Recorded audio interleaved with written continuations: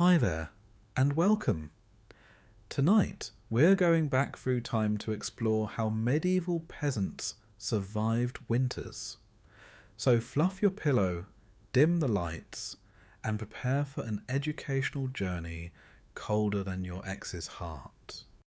Soothing enough to fall asleep too, but just absurd enough to keep you listening a little longer. Winter, as it turns out, has always been cold. Shocking, yes, but in medieval Europe, it wasn't just cold. It was a full-time adversary with better endurance than any knight in shining armour. While modern humans complain when the thermostat dips below 68 degrees Fahrenheit, the medieval peasant had no thermostat, no insulation, and no working knowledge of what a vitamin was. Their survival strategy? Sheer, stubborn existence. Welcome to the medieval winter. A prolonged, grey smear on the calendar filled with equal parts frostbite and despair. With the notable exception of royalty and the very wealthy, who also suffered, albeit while wearing velvet indoors. Most people lived in what can be generously called huts, or more accurately, timber-framed wind tunnels. First, let us establish the setting. Europe, somewhere between the 5th and 15th centuries, a place and time rich in religious fervour and poor in reliable weather forecasting. The so-called Little Ice Age began around the 14th century, further chilling the already inconvenient winters. That term, Little Ice Age, may sound quaint and possibly adorable, but in practice it meant crops failed, lakes froze, and humans were given an unending opportunity to consider whether toes were really that essential. Now, let us take a moment to describe a typical peasant dwelling.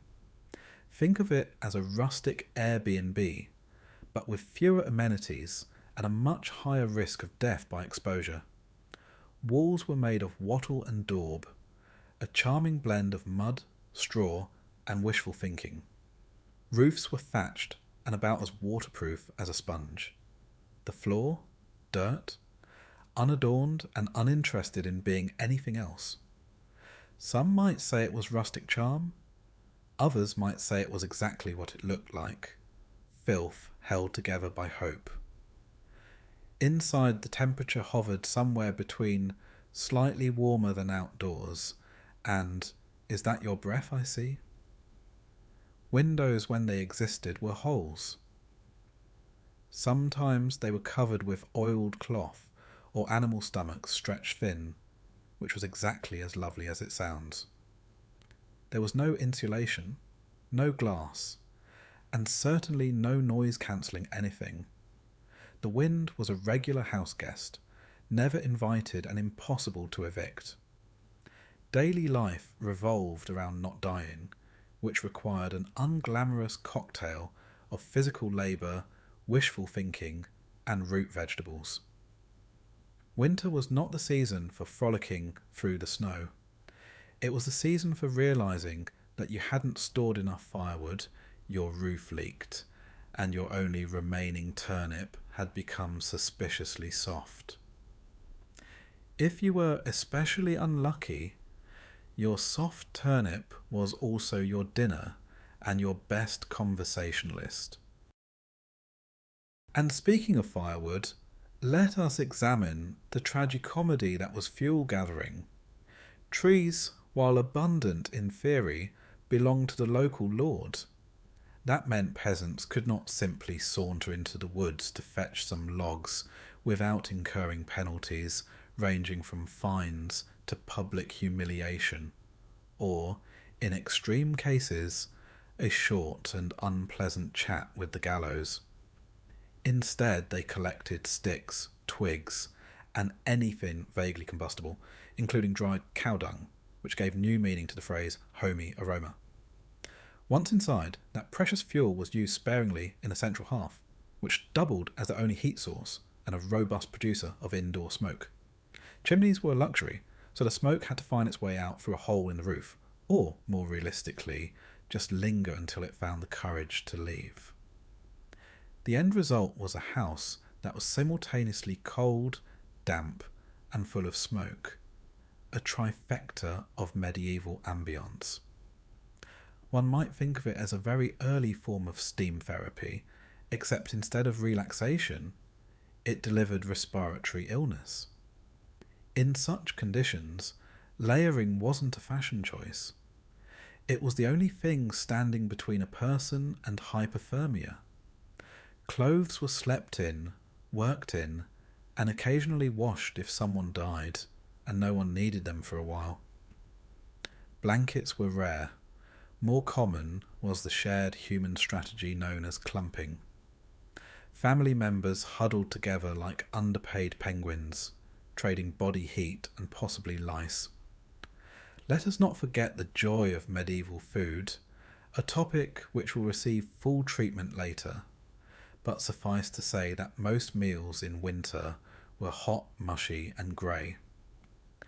The same could be said of the general atmosphere. Diets were heavy on grains, thin on flavour, and light on any nutrient that prevented scurvy.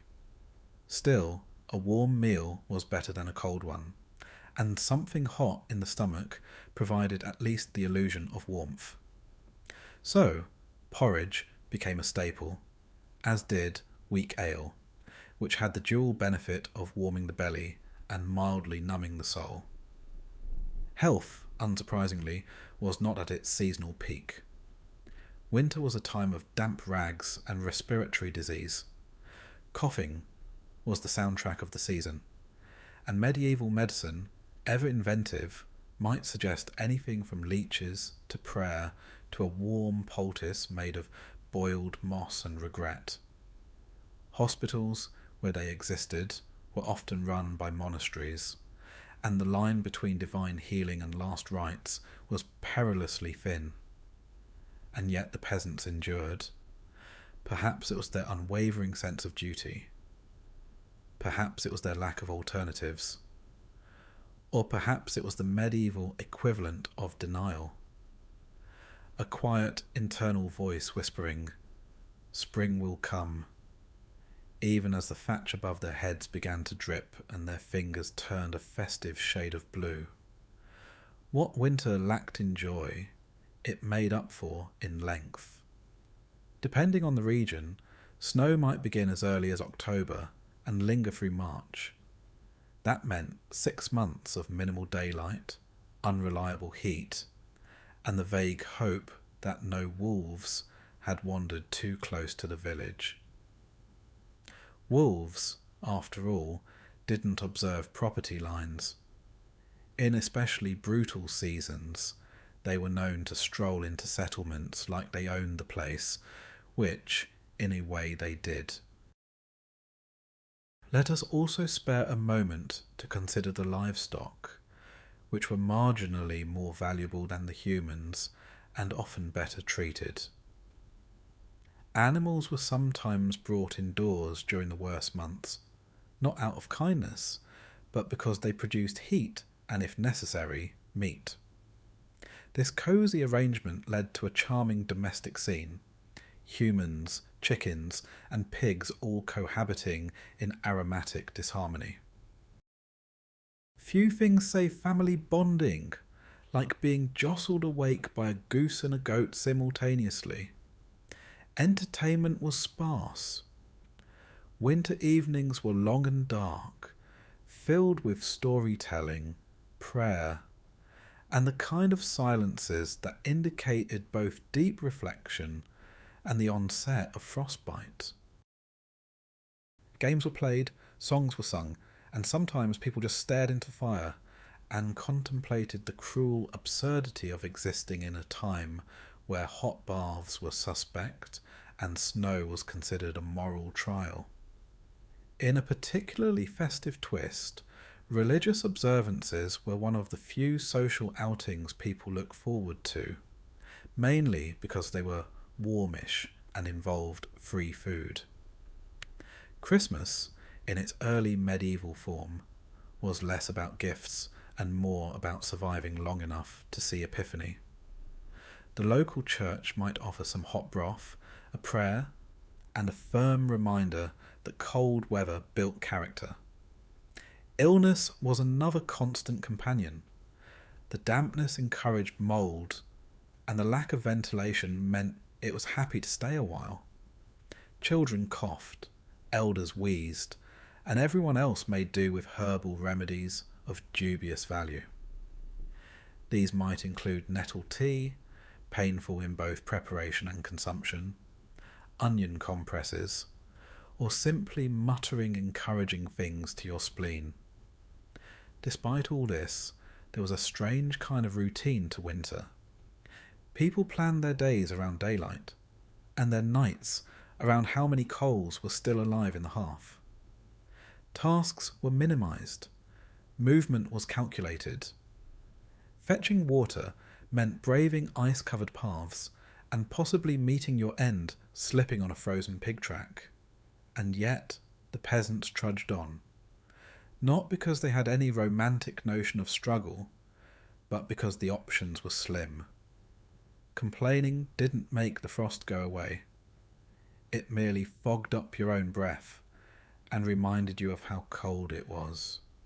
If there is one thing to admire in all this, it is the relentless, trudging persistence of people who had no reason to believe tomorrow would be better, but got up anyway. Each winter was a gauntlet, and each spring a quiet, collective sigh that sounded suspiciously like coughing.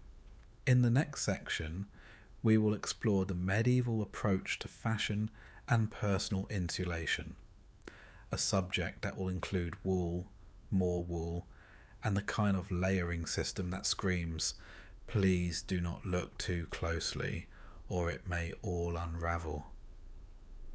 But for now, let us leave the peasant to their slumber, wrapped in straw, rags, and the thin hope that this particular winter might not outlast them. Fashionably frozen peasant clothing and layering tactics. If you ever wondered what fashion looked like when the stakes were frostbite and not Instagram likes, medieval peasants offer a masterclass in low-budget survival couture. Forget runways. These were dirt paths leading to fields, forests, and eventual hypothermia. And the outfits? Pure necessity, zero flair, and approximately 17% sheep. The fabric of choice was wool, always wool. Peasants were to wool what influencers are to ring lights, entirely dependent. It was warm, durable, and resistant to light rain and heavy disappointment.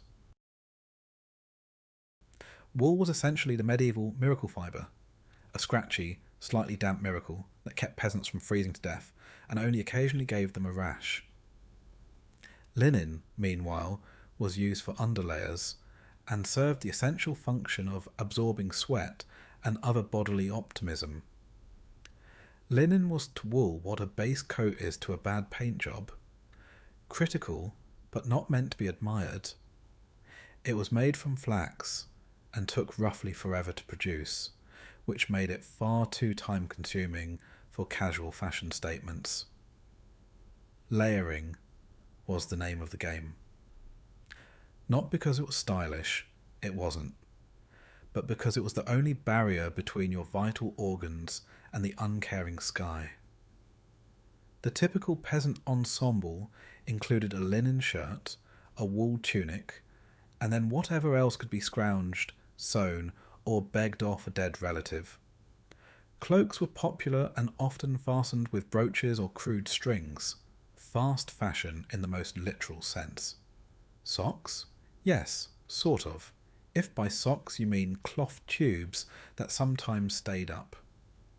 Foot coverings ranged from wool wrappings to primitive hose, and footwear was a deeply depressing category unto itself. Most shoes were made of leather, unlined, and shaped like they were crafted by someone who had heard of feet but never actually seen one. Waterproofing was achieved by not walking through water, which, given the weather, proved hilariously optimistic. Hats were more than just accessories. They were tiny, lumpy helmets of thermal warfare. Hoods, coifs, and caps abounded, usually wool and occasionally lined with fur if one happened to be unusually lucky or skilled at bartering. The more elaborate the head covering, the more likely one was to have a roof that didn't leak. This correlation was purely anecdotal but emotionally valid. Gloves were rare. Mittens, when they existed, were usually made of rough wool and shared between family members like a hot potato, except cold and full of someone else's sweat. Many peasants simply tucked their hands into sleeves and hoped for the best. Dexterity was sacrificed early in the season, and the ability to feel one's fingers was considered a springtime luxury. Children, being smaller and easier to freeze, were swaddled like sentient root vegetables. Their garments mimicked adult clothing, just shabbier and with more patches. Babies were often wrapped in cloth and left in cradles near the hearth, developing strong immunity or early frostbite, whichever came first. It is important to note that clothing was not washed often. There were two reasons for this. First, laundry in winter required breaking through ice, carrying buckets of freezing water, and handling garments so stiff they could double as medieval snowboards. Second, frequent washing degraded fabric, which was already one strong wind away from unravelling entirely. The result? Layered warmth and a smell that could only be described as aggressively human. Layered warmth and a smell that could only be described as aggressively human. Dye was technically possible, but mostly avoided, especially during winter, when practicality outweighed aesthetic ambition. Most garments retained the colour of their original fibre, drab brown, murky grey, and that timeless hue known as whatever the sheep look like. Occasionally a wealthy peasant, a rare creature, might sport muted blue or green, instantly marking them as someone who owned 2 chickens and at least one smug expression. Repairing clothes was an art form born of necessity. Sewing kits were a treasured household item, and mending was a never-ending task performed by firelight, with fingers barely able to bend. A well-mended tunic told the story of winter battles past, a tear from tripping on frozen ground, a patch from a mysterious hole that may have been caused by rats, or a hastily stitched seam from when the garment simply gave up. Outerwear, when available, came in the form of mantles and cloaks. These were essentially large, shapeless blankets held on with hope and a brooch. They provided extra warmth and made peasants look vaguely wizard-like, if the wizard had been recently mugged.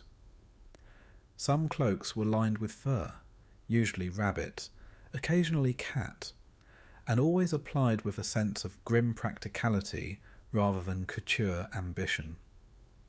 Fur was a tricky topic. It was warm, yes, but also a bit controversial if you happened to be caught poaching the animal from your lord's land. As such, any fur possession was either a mark of relative status or the result of stealthy nighttime animal acquisition, commonly known as "oops, I found a dead thing in the woods." Regardless, it was used sparingly and with great enthusiasm. Underclothes, or the closest medieval equivalent, were minimal. Loincloths, brays, and undershirts formed the base layers, but in winter these were not so much changed as added onto. Hygiene was deferred in favour of insulation. The inside of a peasant's clothing was a mystery box of body heat, dirt, and deeply personal aromas. It was a system that worked, in the same way that holding your breath works when you smell something bad. The wealthy, of course, had access to finer fabrics, velvet, silk, and other materials that whispered luxury and shouted impracticality. But even they resorted to wool for serious weather. No amount of brocade kept out a Norse wind, and silk hose froze just as fast as poor man's legs. In a rare moment of social equality, both rich and poor could suffer frostbite with equal elegance. Clothing also functioned as status signalling, even in winter. The number of layers, the quality of fabric, and the presence of accessories like belts or fancy fasteners could indicate whether you were someone who paid taxes or someone who collected them. However, by February, all fashion hierarchies eroded under the common tyranny of frost. Everyone, noble or serf, eventually reached the point of wrapping themselves in everything they owned and praying for a sudden volcano. Layering strategy was both art and desperation. A clever peasant might place a dried sheepskin between tunics or line boots with moss. Some tied rags around their legs and arms for extra warmth, creating the look of a poorly assembled scarecrow with survival instincts. It wasn't elegant, but it was effective, and sometimes it kept you alive long enough to complain about it. By the middle of winter, clothing and bedding became indistinguishable. Cloaks doubled as blankets, and the concept of indoor wear was pure fantasy. People slept in their clothes, not out of laziness, but because taking them off was a gamble few were willing to make. There were tales of people removing a boot and losing a toe, not due to injury, but because the toes simply decided to detach out of spite. A brief word must be said about hair care. It didn't happen. Hair, like clothing, was a winter casualty. Hidden under hats or hoods, it became a dry, tangled testament to neglect. Washing it in winter was a bold move, akin to swimming in soup that had no flavour and every regret. Most people let it grow, let it mat, and hope that lice will get bored and leave. Some peasants even attempted creative methods of warmth involving herbs or heated stones sewn into garments. Did these work? Occasionally. Did they smell odd and cause mild burns? Absolutely. Innovation was often indistinguishable from desperation, and anything that radiated even a hint of warmth was worth the effort, even if it also radiated smoke. In all, medieval winter clothing was less about fashion and more about fabric fortification. It was the medieval equivalent of wrapping yourself in every blanket, towel and curtain available, then stepping outside and pretending you're fine. Everyone looked like a bundle of desperation, stitched together by freezing fingers and unspoken sorrow. And still, peasants made it work. They survived. Maybe not stylishly, but with a stubbornness that fashion magazines could only dream of replicating. There was no trend cycle, just the unending loop of cold, colder, coldest, and the occasional spring. Fire, smoke, and questionable ventilation heating the hovel. Let's begin by clarifying one thing. Medieval heating methods were less cosy firelight and more smoke inhalation with a side of hypothermia. The modern notion of curling up by a roaring hearth with a hot drink and a blanket did not apply to the average medieval peasant. Instead, warmth was more of a suggestion, a theoretical concept barely flirted with, and the average hovel was about as toasty as a stone cellar in a blizzard, which, incidentally, many hovels resembled. The central heating system consisted of one thing, a fire. A single, small, inefficient, smoky, wheezing fire that burned in the middle of the living space like a glowing insult to thermodynamics. These fires rarely blazed. They smouldered, coughed, and occasionally threatened to go out altogether when you most needed them, say during a snowstorm or any given moment from November to March. The fireplace, if one could even call it that, was typically just a fire pit dug into the centre of the room, possibly ringed with stones if the builder had ambition. Chimneys were a luxury few could afford. Instead, the smoke was expected to drift lazily through a small hole in the roof. This was optimistic. Smoke, being sentient and rude, usually opted to fill the room, giving the home a fine, consistent flavour of smoked turnip and scorched patience. This led to the invention of the open-hole ventilation technique, also known as leave a gap in the roof and pray it doesn't rain. The hole, meant to release smoke, also welcomed cold air, small birds, and the occasional bat. Still, it was better than suffocating in your sleep, which many peasants tried to avoid when possible. To maintain a fire, one required fuel, and here the problems multiplied like mice in a grain sack. Wood had to be gathered or bought, and neither task was convenient. Forests were often owned by lords who didn't take kindly to peasants sawing branches off their assets. Getting caught meant punishment, which varied from fines to fines and a friendly public flogging. So most peasants scavenged from hedgerows, deadfall, or their own emotional reserves.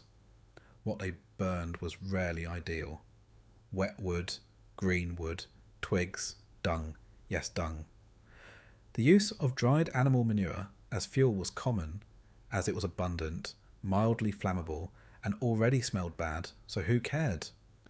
This created a fire that produced marginal heat and maximal aroma. Visitors often remarked, if they survived, that the home had a certain earthy ambience. That ambience was cow excrement, and it clung to clothing like gossip at a feast. To start these fires, medieval peasants used flint and steel, a laborious process that involved striking two rocks together until sparks flew, ideally onto some dried tinder like straw, bark, or the last shreds of their will to live. Matches were centuries away, and lighters were pure wizardry. Maintaining a fire was a job, a craft, and sometimes a multi-generational pursuit. Let's not forget that firewood needed to be dry to burn well, which meant storing it. This was difficult, since hovels typically featured one room, which doubled as kitchen, bedroom, storage, and barn. Firewood competed with food, tools, and animals for space. It lost often. Some peasants stored their firewood in the roof rafters, directly above the fire. This meant dry wood and a mild game of fire roulette every time an ember leapt too high. Despite all this effort, fires did not warm the entire home. Heat, being a social climber, rose immediately to the ceiling and escaped through the hole in the roof. The ground, meanwhile, remained frigid, especially when made of packed earth or stone. Medieval peasants knew that heat was precious, so they arranged their lives around the fire. Sleeping, eating, arguing, everything happened within spitting distance of the embers, which they sometimes did just to see steam rise. Beds, if they existed, were often positioned next to the hearth. Those without beds simply slept on the floor under coarse blankets and higher ambitions. Children, livestock, and occasionally uninvited neighbours were also packed in to share heat, forming a chaotic, shivering ecosystem that emitted warmth and occasional bleats. At night, fires were banked, meaning covered with ash to keep the embers alive until morning. Waking up to a cold fire was a common and uniquely depressing experience. It meant spending the first hour of your day attempting to coax life from a sullen pile of ash, preferably without coughing yourself into a new religion. The concept of rooms was foreign to most peasants, and insulation was a cruel joke. Walls were typically wattle and daub, sticks smeared with mud and straw, and had all the thermal efficiency of a wet napkin. Thatched roofs let in drafts, snow, and existential despair. Some people added tapestries or cloth to walls in an attempt to block wind. These functioned mostly as aesthetic gestures. Floors were sometimes strewn with rushes or straw to make things warmer and slightly less disgusting. Unfortunately, the rushes collected dirt, food scraps, and whatever animals decided to make them home. They were rarely changed, leading to a crunchy, pungent carpet that historians politely refer to as biohazardous. For extra warmth, some peasants resorted to bed warmers, ceramic pots filled with embers placed under blankets. This was clever, but occasionally deadly, as embers plus flammable bedding equaled midnight excitement of the worst kind. Still, a few accidental fires were considered an acceptable price for toes that didn't freeze off in the night. Another heating technique involved the shared body warmth model. The more people you crammed into a space, the warmer it got. Families often slept together in one bed, not from affection, but from the survival instinct that whispered, if we don't huddle, we die. It was like a sleepover, except cold, itchy, and filled with snoring and livestock.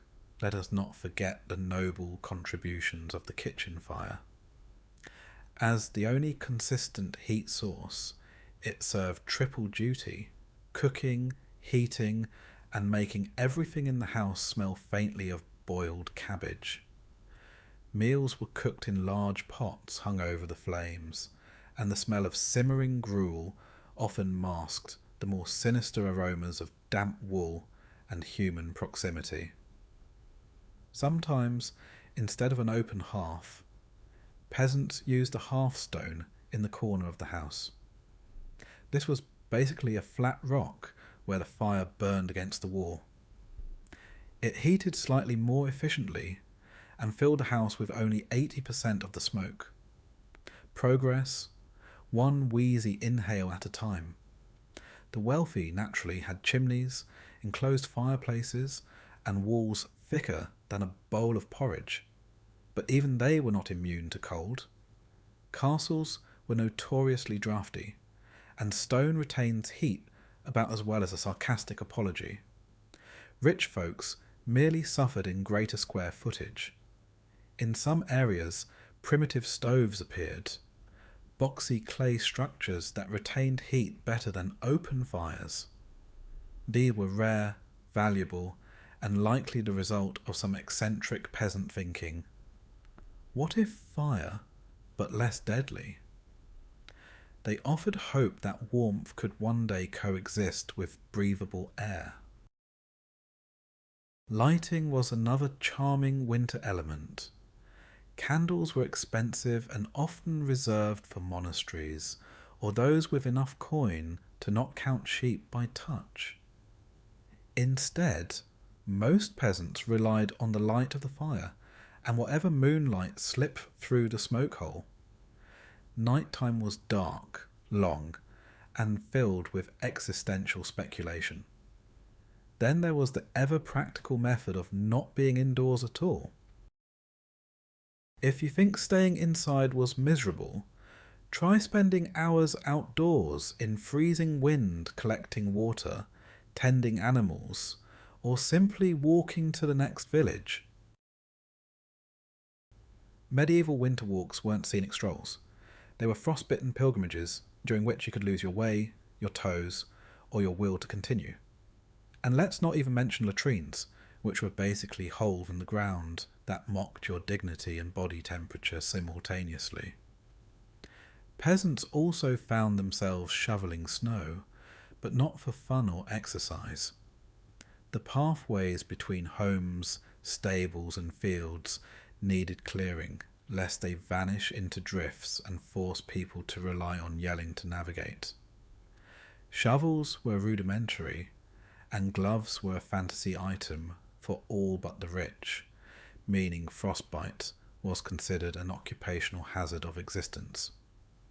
Winter also brought the joy of frozen food, not in the convenient preserved modern sense, but in the hope you like chewing ice gruel way. If your stew was left unattended for a few minutes, it could begin solidifying into something only theoretically edible, which, to be fair, wasn't a huge downgrade from its original state. Ultimately, heating the medieval home was less a science and more a deeply flawed art form practiced with inadequate materials, chronic coughing, and profound resignation. Peasants didn't so much live in warm homes as they existed in barely survivable enclosures held together by soot and lowered expectations. But still, they made it work. Sort of. Enough to pass on their genes, complain about winter, and dream of a day when fires didn't double as smoke bombs. That day wouldn't come for several centuries. Next, we explore the joys of medieval winter food, because nothing warms the soul quite like lukewarm turnip stew and the memory of last summer's barley. Eating for warmth, winter diets, and survival foods. When the first frost of winter appears and the sun begins its mysterious habit of hiding for longer stretches, there is one thing that begins to occupy your mind: food.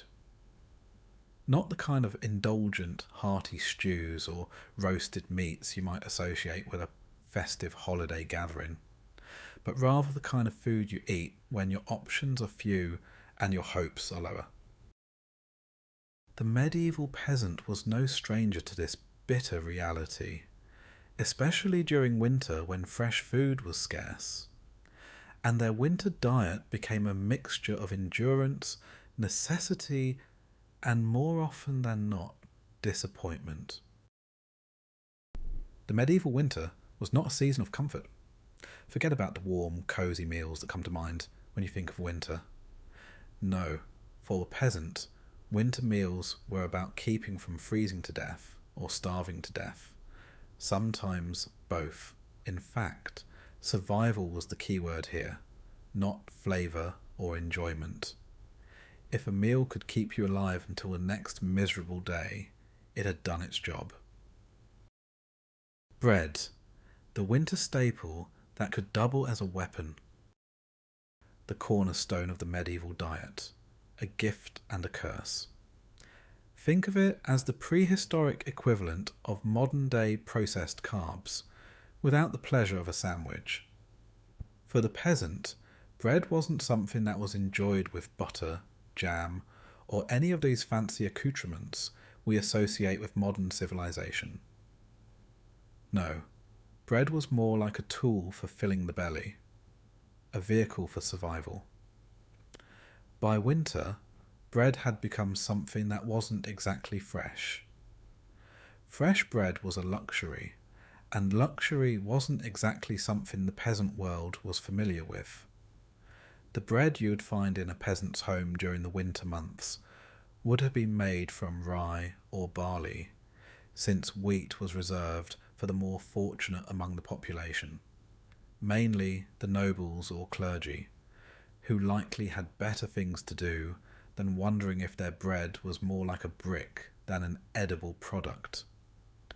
Let's be clear, medieval bread was not the soft, pillowy goodness we enjoy today. It was a dense, heavy thing, more likely to break your teeth than to delight your taste buds. If you were lucky, it was slightly stale. Nothing more pleasant than chewing on a rock-solid hunk of bread that was fresh from the baker's oven a week ago. The bread in question, more accurately described as gruel enabler, was tough enough to be used in place of armour or as a battering ram.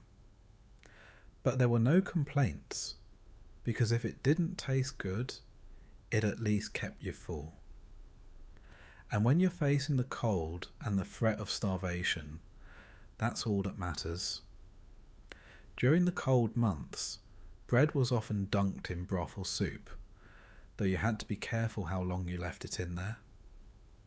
Dunking it for too long might result in something resembling wet cardboard, which wasn't exactly appetizing. The real test of bread was how long it would last without crumbling into a pile of crumbs.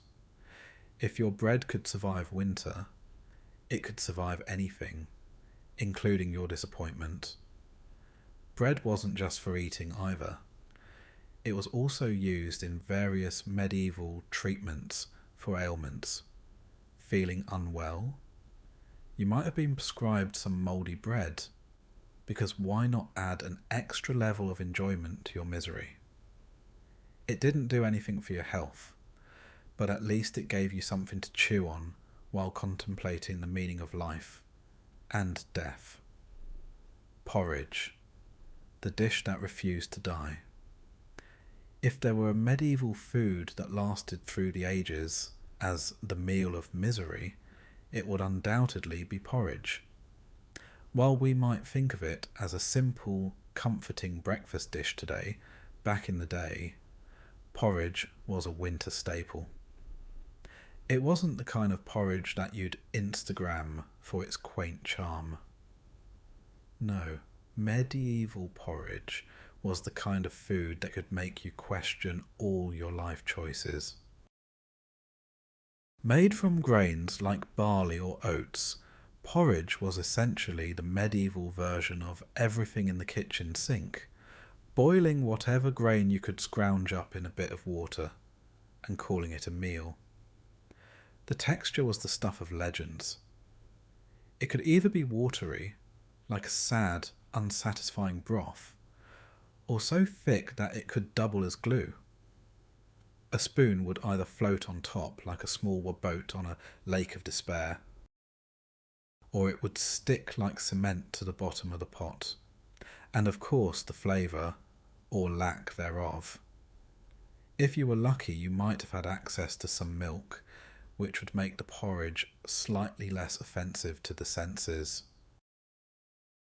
Otherwise you were left with a bland, flavourless heap of mush.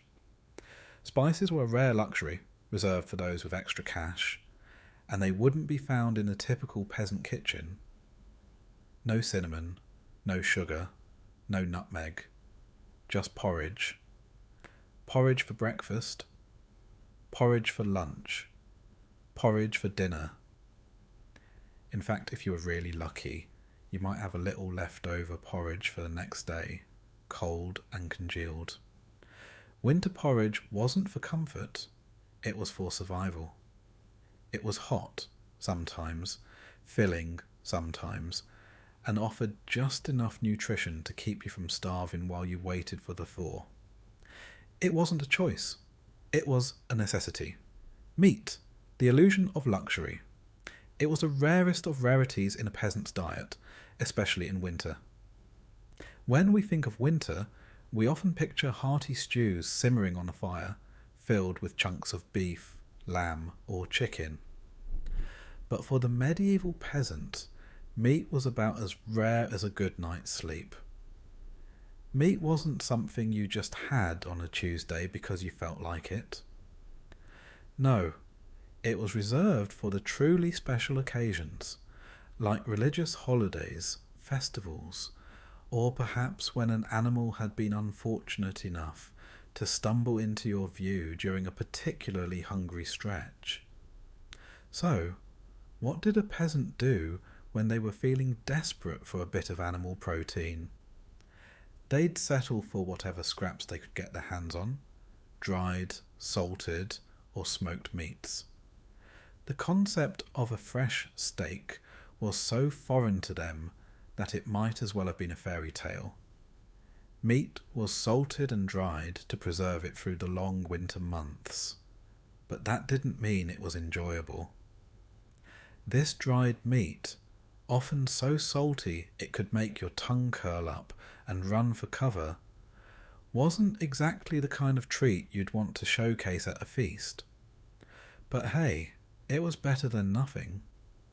And when you've spent all day trudging through snow and battling the cold, there's something undeniably satisfying about chewing through tough, sinewy bits of salted pork or beef that have been preserved since the last harvest.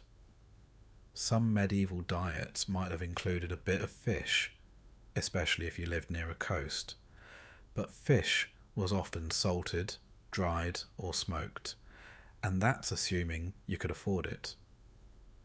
If not, you were stuck with whatever animal was unfortunate enough to be scavenged from a neighbouring farm or trap. A rabbit, perhaps, or a rat. At least they provided an extra source of protein. The idea of grilling a juicy steak over a fire was as much a dream as thinking you might wake up to a home filled with fresh baked bread and the scent of slow-cooked meats. It was a beautiful fantasy, but one that didn't belong in a peasant's winter world. Vegetables! The other unwanted guests. When you weren't chewing on bread or porridge, you might have been digging through your root cellar, hoping to find something edible in the decaying pile of root vegetables. Turnips, carrots, parsnips, these were the mainstays of a medieval winter vegetable diet. And while they were certainly better than starving, they didn't exactly inspire joy. You might think, hey, at least I have vegetables. But let's not get ahead of ourselves. These root vegetables were often stored in cool, dark places and were not the picture of freshness. By winter they were half frozen, rotting, and generally unappetizing. And cooking them? Well, it usually involved boiling them into a tasteless mush, which would take hours of careful attention to ensure you could taste nothing but the overwhelming blandness. Let's not forget the cabbage. Ah, yes, the cabbage. It was a vegetable that no one really wanted, but everyone got. It was probably the single most enduring vegetable of medieval times, mainly because it could be stored in a cold, dark place and survive for months. You could boil it, stew it, or pickle it, and it would still taste like cabbage. But cabbage was resilient, and that's the only reason it was part of the peasant diet. It was hardy, if not exactly delicious. Pickling, by the way, was an art that many peasants honed to preserve what little vegetable bounty they had during the growing season. But when it came to eating, pickled vegetables often tasted more like vinegar than anything remotely appetizing. Dried fruits and nuts, the forgotten treats. The true luxury for medieval peasants came in the form of dried fruits and nuts. If you had the foresight, or the luck, to dry some apples, pears, or berries in the summer, you could count yourself among the fortunate few who had something sweet-ish to nibble on during the long winter months. Dried fruits were an occasional treat, eaten sparingly, if only because they were too precious to waste. Nuts were similarly prized, especially walnuts, which were a bit heartier than the delicate almonds or hazelnuts you might find in modern times. But these nuts were not simply for snacking. No, they were often turned into oils for cooking, or used in small amounts to flavour porridge or bread. When you've spent months eating nothing but dry bread and boiled root vegetables, a small handful of nuts can feel like the greatest feast. The medieval peasant diet in winter was not what you might call refined. It was simple, sparse, and designed for survival rather than enjoyment. Bread, porridge, and whatever meat or vegetables could be found were the staples of life. But these were foods of endurance, not indulgence. The winter diet was a relentless reminder of how survival often comes down to the bare minimum. What you can get to stay alive, not what you can get to make yourself happy. If you ever find yourself wishing for a hot bowl of stew or a fresh slice of bread, just remember, medieval peasants would have traded everything for a little variety in their diet. So the next time you're struggling with your food choices, just be thankful you don't have to chew your way through a brick of rye bread for the next 4 months.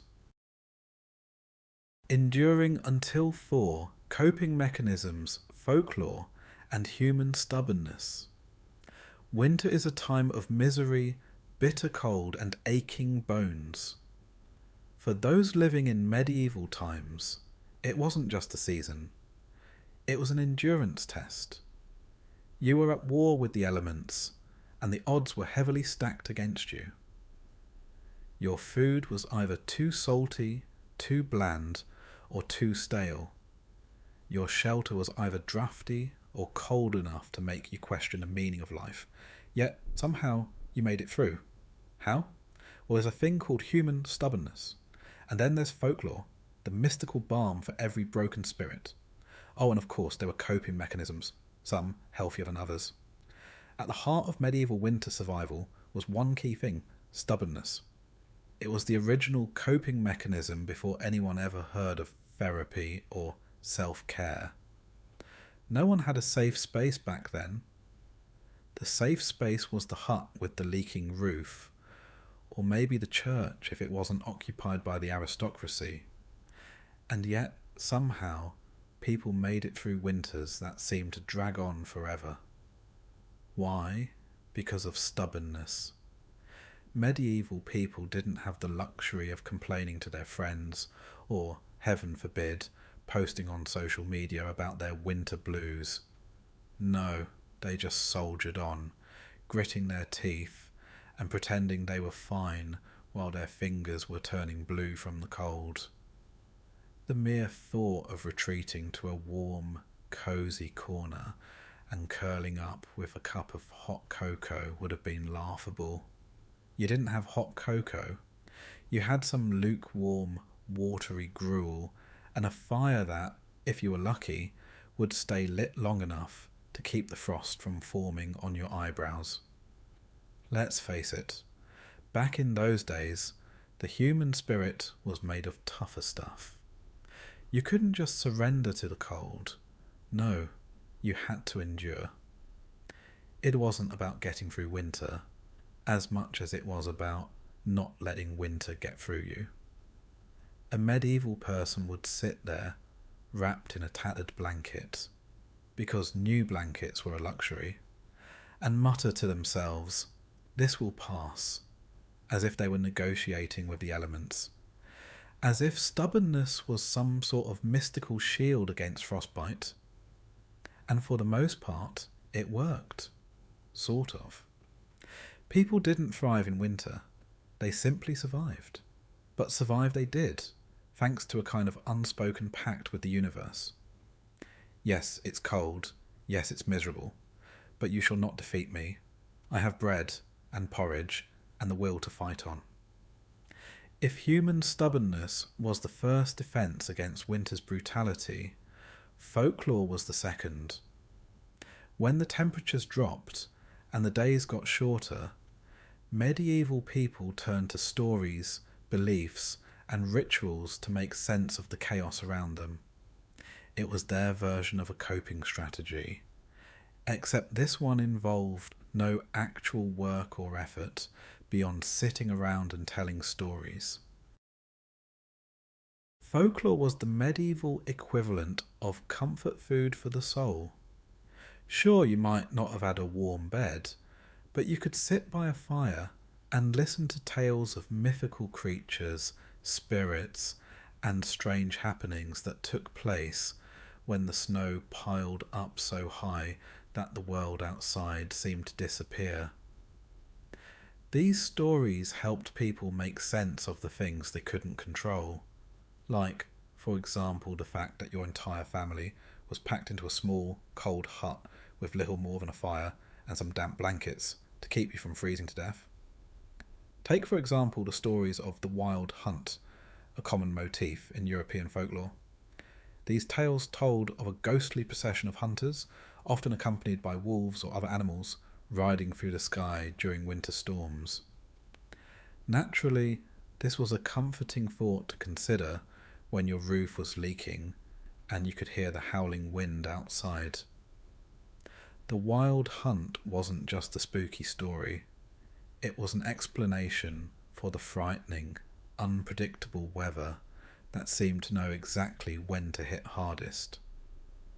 No one could control the storm, but at least they could say it's the wild hunt, not a terrible winter storm. The difference, of course, being that one was mythical and the other was deadly. Then there were the stories of trolls hiding under bridges, or fairies who lived in the forest. These little tales gave people something to focus on when the weather became unbearable. Because what's better than a snowstorm? A snowstorm with a dash of supernatural peril. At least trolls under bridges might explain the odd noises you were hearing at night, and fairies might explain why your crops had been so scarce the previous summer. It was, after all, entirely reasonable to believe that fairies might steal the occasional vegetable, especially in the dead of winter when there was little else to steal. Even the idea of winter solstice celebrations had a touch of this escapism. People couldn't exactly throw a grand party to celebrate the longest night of the year. There was no money for that. But what they could do was gather around the fire, eat the last of the preserved meat, and tell stories about the spirits that walked among them. Some might even perform small rituals to ensure that the sun would return. After all, if you didn't appease the winter gods, there was a chance they'd keep the sun from coming back. And then, what would you do? If folklore was the soul's medicine, coping mechanisms were the body's. As we've already established, the medieval peasant wasn't exactly living a life of luxury, but what they had was creativity, especially when it came to dealing with the sheer monotony and cold of winter. First on the list was, naturally, drinking. Medieval winters were long, and the cold could easily drive you to the nearest barrel of mead or ale. The modern idea of relaxing with a glass of wine was entirely foreign. In medieval times, drinking was less of a leisure activity and more of a necessity for survival.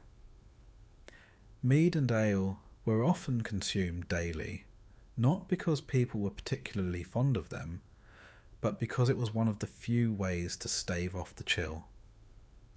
Alcohol kept the warmth in, even if it wasn't particularly good for you in the long run.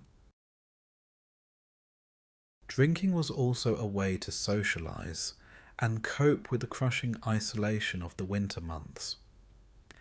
Imagine sitting in a cramped, cold room with nothing but your family, the fire, and a shared understanding that it's only going to get worse before it gets better. What do? You drink. You drink to forget that you're stuck inside with your family, your damp walls, and your decaying root vegetables. But most importantly, you drink to forget that, for the next 4 months, the world outside might as well not exist. So, you drink, and you pretend that everything's fine, even when it's clearly not. Then there were the more active coping mechanisms, like playing games or engaging in rituals. While some may think that medieval people had it tough with the cold, you'd be mistaken if you assumed they didn't have their forms of entertainment. Medieval peasants played dice games or card games, even if cards were just glorified scraps of paper. They sang songs, if they remembered the words, and perhaps, if they were really lucky, they danced. This, of course, was typically done in their homes or barns, because dancing outside during a snowstorm might be the least enjoyable way to pass the time. But there was also a darker form of coping: sleep. In the Middle Ages, it wasn't uncommon for people to simply go to bed earlier during the winter months. No one wanted to stay up too long in the cold. The longer you stayed awake, the longer you had to contemplate your miserable situation. You went to bed early, bundled up, and hoped for the best. If the worst happened, well, you could at least be unconscious when a frost crept through your door. Winter, in the medieval world, was a test of human endurance, stubbornness, and wit. With little to no relief from the cold, people relied on coping mechanisms, folklore, and a sheer willpower to make it through. They didn't have the luxury of escaping to a sunny beach or curling up under a pile of electric blankets. Instead, they turned inward, retreating to their stories, their rituals, and their ancient traditions to provide warmth in the most difficult of times. And when it was finally over, when the snow began to melt and the days grew longer, there was one thing left to say: we made it. A small, quiet triumph against the unrelenting cold. And what did they have to show for it? A couple of frostbitten toes, a hearty sense of pride, and a new appreciation for the fleeting warmth of the sun. So, the next time you find yourself dreading winter, just remember, it could always be worse. You could be stuck in a drafty medieval hut with nothing but stale bread, a bottle of mead, and a family that hasn't stopped arguing for the last 3 months. At least you have the option of indoor heating and the ability to complain about it.